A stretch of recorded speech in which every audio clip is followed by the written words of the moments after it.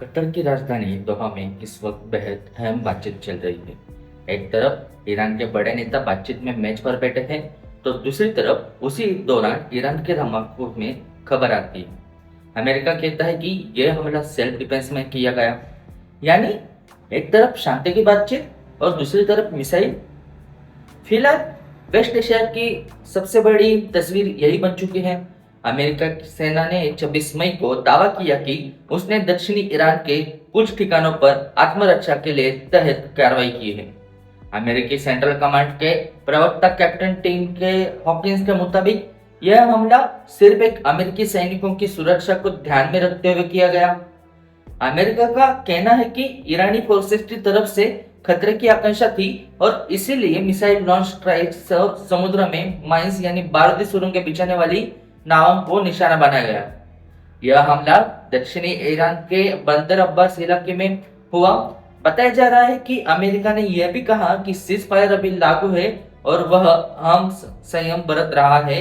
अमेरिकी पक्ष का दावा है कि इस कार्रवाई में उनसे किसी सैनिक को नुकसान नहीं पहुंचा। दूसरी तरफ ईरानी मीडिया ने बंदर अब्बास में धमाकों की पुष्टि की है। हालांकि ईरान का कहना है कि हालत नियंत्रण में है।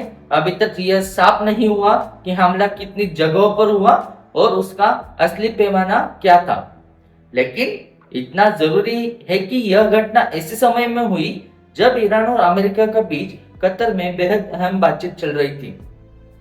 ईरान की तरफ से विदेश में मंत्री अब्बास अरागची, संसद स्पीकर मोहम्मद बकीर कालिबाफ और central bank governor Abdullah Nasir हिंदी दोहा पहुंचे हुए हैं।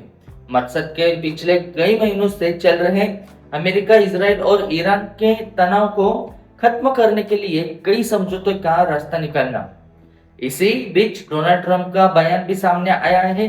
ट्रंप ने कहा कि ईरान के साथ बातचीत अच्छी दिशा में आगे बढ़ रही है। उन्होंने कहा, या तो शानदार समझौता होगा जो सभी के लिए अच्छा रहेगा, वरना फिर कोई समझौता नहीं होगा।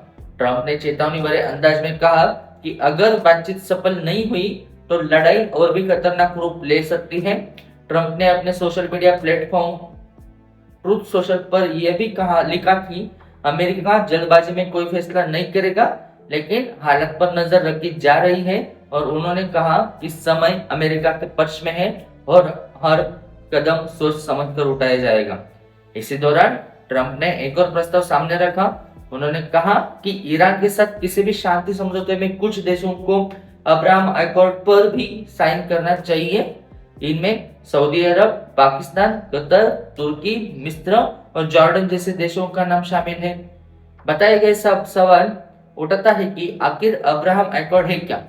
दरअसल यह वह समझौते हैं जिन्हें ट्रंप के पहले कार्यकाल में अमेरिका की मध्यस्थता के शुरू में किया गया था। इनके जरिए इजराइल और कुछ अरब देशों के बीच रिश्ते सामान्य बनाने की कोशिश की गई थी और साल 2020 में संयुक्त अरब अमीरात और बहरीन सबसे पहले इसमें शामिल हुए थे। बाद में सूडान, मोरक्को और कुछ अन्य देशों ने भी इसका समर्थन किया। ट्रंप का कहना है कि अगर अमेरिका इतना बड़ा डिप्लोमेटिक प्रयास कर रहा है तो बाकी देशों को भी आगे आना चाहिए। हालांकि उन्होंने यह भी कहा कि अगर कुछ देश शामिल नहीं होते तो भी प्रक्रिया आगे बढ़ सकती है। इस पूरे घटनाक्रम के बीच हालात अब भी बेहद तनावपूर्ण बने हुए हैं। अमेरिका और ईरान के बीच 8 अप्रैल से सीजफायर लागू है, लेकिन जमीन पर तनाव पूरी तरह से खत्म नहीं हुआ। ईरान अब भी हॉर्मुज़ स्ट्रेट से कई जहाजों की आवाजाही सीमित कर रहा है, जबकि दूसरी तरफ अमेरिका ने ईरानी बंदरगाहों पर दबाव बढ़ा रखा है और अमेरिका का कहना है कि सीजफायर के बावजूद छोटी मोटी झड़पें लगातार होती रहती है, लेकिन वह इन्हें सीजफायर टूटना नहीं मानता। रिपोर्ट्स के मुताबिक कुछ दिन पहले अमेरिका बड़े सैन्य हमले की तैयारी में था, लेकिन खाड़ी देशों की मध्यस्थता के बाद उसे टाल दिया गया। यही वजह थी कि बंदर अब्बास की ताजा घटनाओं को फिलहाल बातचीत की प्रक्रिया में एक रुकावट माना जा रहा है, कोई बड़ा टूटन नहीं। अब पूरी दुनिया की नजर दोहा में चल रही बातचीत पर टिकी हुई है, क्योंकि एक तरफ मिसाइलें है और दूसरी तरफ शांति की कोशिशें। वेस्ट एशिया फिलहाल इन्हीं दो रास्तों के बीच खड़ा दिखाई दे रहा है। अब देखना होगा कि आने वाले दिनों में हालात शांत होते हैं या तनाव और बढ़ता है। आपकी इस पूरे मामले में क्या राय है, कमेंट करके जरूर बताइए। वीडियो पसंद आया हो तो लाइक और शेयर के जरूर कीजिए और ऐसे ही अपडेट्स के लिए चैनल को सब्सक्राइब करना मत भूलिए।